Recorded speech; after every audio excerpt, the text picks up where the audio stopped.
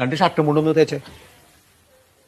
ഞാൻ ചോദിച്ചു കേട്ടോ, നിങ്ങൾ എവിടെ പോണെന്ന്? തേക്കടി. എവിടെ പോണെന്ന് ചോദിച്ചിട്ട് അത് പറയണില്ലല്ലോ.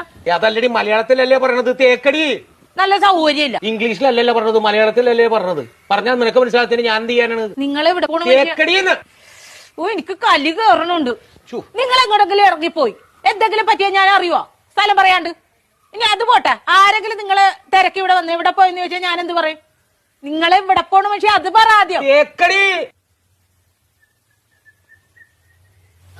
ഇങ്ങനെ ഇരിക്കണ റെഡിയായില്ലേ?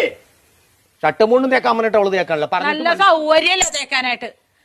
പോണ സ്ഥലം ഇതുവരെ പറഞ്ഞില്ലല്ലോ. എടാ, ഒരു 100 വട്ടം ഞാൻ ഇയാളോട് ചോദിച്ചു എവിടെ പോണെന്ന്. എന്നിട്ട് അയാൾ തുണി നാക്കണ കാര്യം പറയണല്ലാതെ പോണ സ്ഥലം പറയണില്ല. എനിക്കും പറ്റൂല. ഇയാൾക്കാ പറയാൻ കഴിയില്ല. നീ എങ്കിലും ഒന്ന് പറയാം എവിടെ പോണത്. തേക്കടി. ആഹാ, അത് കൊള്ളാല. ദേ ഒരു കാര്യം ഞാൻ പറഞ്ഞേക്കാം, എന്റെ കെട്ടിയൻ എന്നെ ഇടിപൊടിന്ന് വിളിക്കും. എന്ന് വെച്ച് കണ്ടവന്മാര് വീട്ടിൽ കയറി ഒന്ന് ഇടിപൊടിന്ന് വിളിച്ചിട്ടില്ല, അടിച്ച കാരണം വിളിക്കും. പറഞ്ഞാ മനസ്സിലാവൂല. അതാണ് ഞാൻ പറഞ്ഞത്. ഞാൻ പെടാപ്പാട് വെട്ടിയിരിക്കണ ഇപ്പൊ ഇവിടെ കിടന്ന്. നിനക്ക് എന്നാ കാര്യടാ എന്നെ ഇടിപൊടിന്ന് വിളിക്കും? തേക്കടി.